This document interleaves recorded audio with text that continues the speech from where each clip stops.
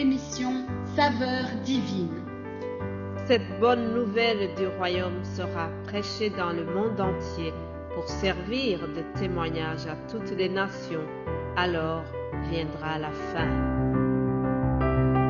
Ce pain céleste vous est présenté par Immaculée Niraneza. Je vous salue, très chers amis, vous tous qui écoutez l'émission Saveurs divines.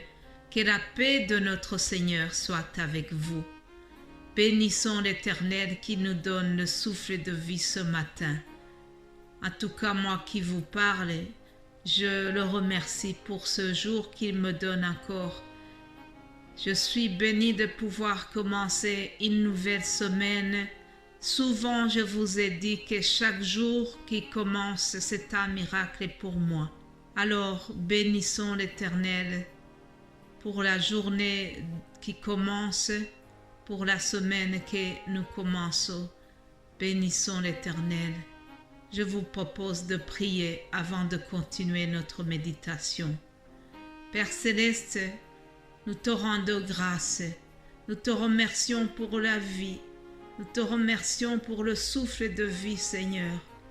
Il y en a beaucoup qui ne sont plus de ce monde. Aujourd'hui, si j'ai encore la possibilité de parler à ton peuple, je voudrais te rendre toute la gloire, Seigneur. Bénis mes frères et sœurs qui écoutent ce message. Nous voulons, Seigneur, nous mettre vraiment devant toi. Nous voulons, Seigneur, te confier ce qui va se dire ici. Nous voulons te confier notre semaine, Seigneur. Nous voulons nous décharger tous nos soucis devant toi, Seigneur, car nous savons que tu prends soin de nous, dit la parole. Je viens décharger mes soucis devant toi. Je viens t'apporter mes frères et sœurs qui pleurent. Seigneur, viens fortifier tes enfants. Au nom de Jésus-Christ, j'ai prié. Amen, amen. Chers amis, vous avez peut-être senti déjà le ton dans ma prière. Aujourd'hui, c'est un message très spécial, un message que je voudrais vraiment dédier à tous ceux qui pleurent pour avoir perdu un être cher. Je voudrais vraiment m'associer à tous ceux qui pleurent, à tous ceux qui sont dans le deuil. Nous allons voir ensemble, en commençant cette semaine, quelques paroles pour consoler, pour fortifier ceux qui sont dans le deuil. Alléluia. Je voudrais d'abord commencer par cette belle parole que nous trouvons dans Matthieu chapitre 5. Le verset 4 nous dit « Heureux les affligés, car ils seront consolés. Heureux les affligés, ou heureux ceux qui pleurent, car ils seront consolés. » Chers amis, Jésus est près de ceux qui pleurent. Jésus est sensible à notre douleur. Jésus est sensible à notre souffrance.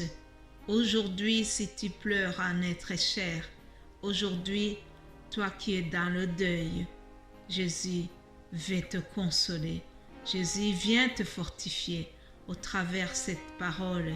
Sois encouragé, sois consolé, mon frère, ma sœur. La parole nous dit que ceux qui pleurent seront consolés. Notre Dieu veut nous consoler. Notre Dieu veut nous essuyer toutes larmes. Alléluia. J'ai trouvé 2 citations que je voudrais vous partager à propos du deuil. Et après, je vous dirai aussi quelques paroles que Jésus a prononcées dans une famille qui était dans le deuil. Voyons d'abord ces 2 citations qui n'ont rien à voir avec la Bible. Quelqu'un a dit « Le deuil est un long chemin de retour à la vie. Le plus dur quand on vient de perdre un être cher, c'est de devoir continuer à vivre sans lui. » Une autre citation nous dit « Ce que nous croyons perdus ont simplement été envoyés en avant.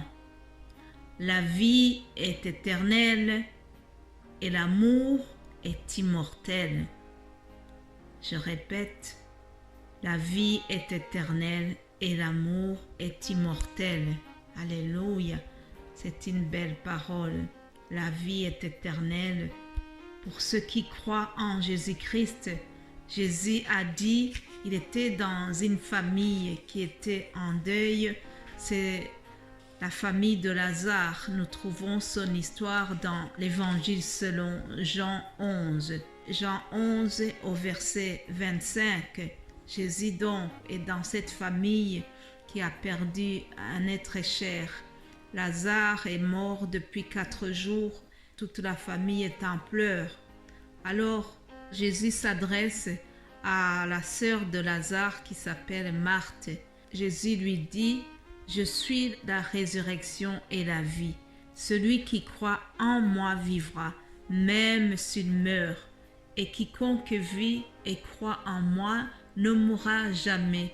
Crois-tu cela ?» Elle lui dit, « Oui Seigneur, je crois que tu es le Christ, le Fils de Dieu qui devait venir dans le monde. » Chers amis, cette parole est certaine. Jésus est la résurrection et la vie. Celui qui croit en lui, il vivra éternellement, même s'il meurt. Si nous mourons et que nous mourons en Christ, nous avons l'espérance de la résurrection et nous avons l'espérance de la vie éternelle qui viendra après la mort. Toujours dans cette histoire de la famille de Lazare, dans Jean 11, aussi nous trouvons une autre parole que je voudrais vous partager. C'est Jean 11 au verset 32. C'est une remarque que Marie donne à Jésus. Alors, on nous dit que Marie a dit à Jésus, « Seigneur, si tu avais été ici, mon frère ne serait pas mort. » Jésus la voya pleurer. Elle et les Juifs qui étaient venus avec elle frémit en son esprit et fut ému. Et il dit, « Où l'avez-vous mis ?» Seigneur lui répondirent, « Viens et vois. » Jésus pleura. Je vais souligner une chose. C'est cette remarque que Marie donne à Jésus. « Si tu avais été ici, mon frère ne serait pas mort. » Peut-être que tu te dis la même chose aujourd'hui. Si Jésus avait été là, mon mari ne serait pas mort, ma sœur ne serait pas morte. Où était Jésus? Peut-être que tu poses les mêmes questions à Jésus. Mais je vais te dire que Jésus était là. Jésus était au contrôle de tout. Jésus connaît la situation. Jésus est la résurrection et la vie. Jésus est là pour te consoler.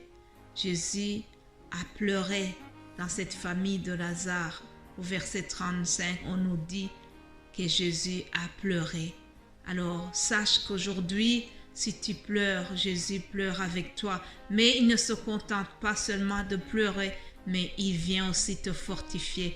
Il vient te consoler. Alléluia. Toi qui pleures un être cher qui est parti, je voudrais te consoler par cette parole que nous trouvons dans Apocalypse 21, 4, où il y a cette promesse qui nous dit que Jésus essuiera toute larme de nos yeux et la mort ne sera plus. Il n'y aura plus ni deuil, ni cri, ni douleur, car les premières choses ont disparu.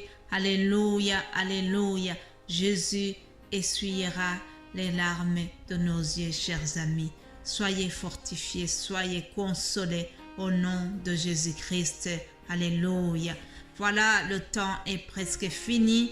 Je ne terminerai pas sans vous donner le thème que nous allons suivre durant la semaine qui arrive. Voilà, le thème que nous allons suivre cette semaine est dans le même esprit que ce que je viens de vous dire, car il nous invite à nous fortifier et à prendre courage. Josué chapitre 1 et au verset 9, il est écrit « Ne t'ai-je pas donné cet ordre ? Fortifie-toi et prends courage. » Fortifie-toi et prends courage. Dieu nous demande d'être forts et d'être courageux cette semaine. Voilà ce que nous allons partager avec le peuple de Dieu. Voilà, chers amis, la méditation d'aujourd'hui se termine ici. Je vais terminer vraiment en vous encourageant, car Dieu est là, Dieu est avec nous, il veut nous consoler. Alléluia. Soyez bénis au nom de Jésus-Christ. Amen.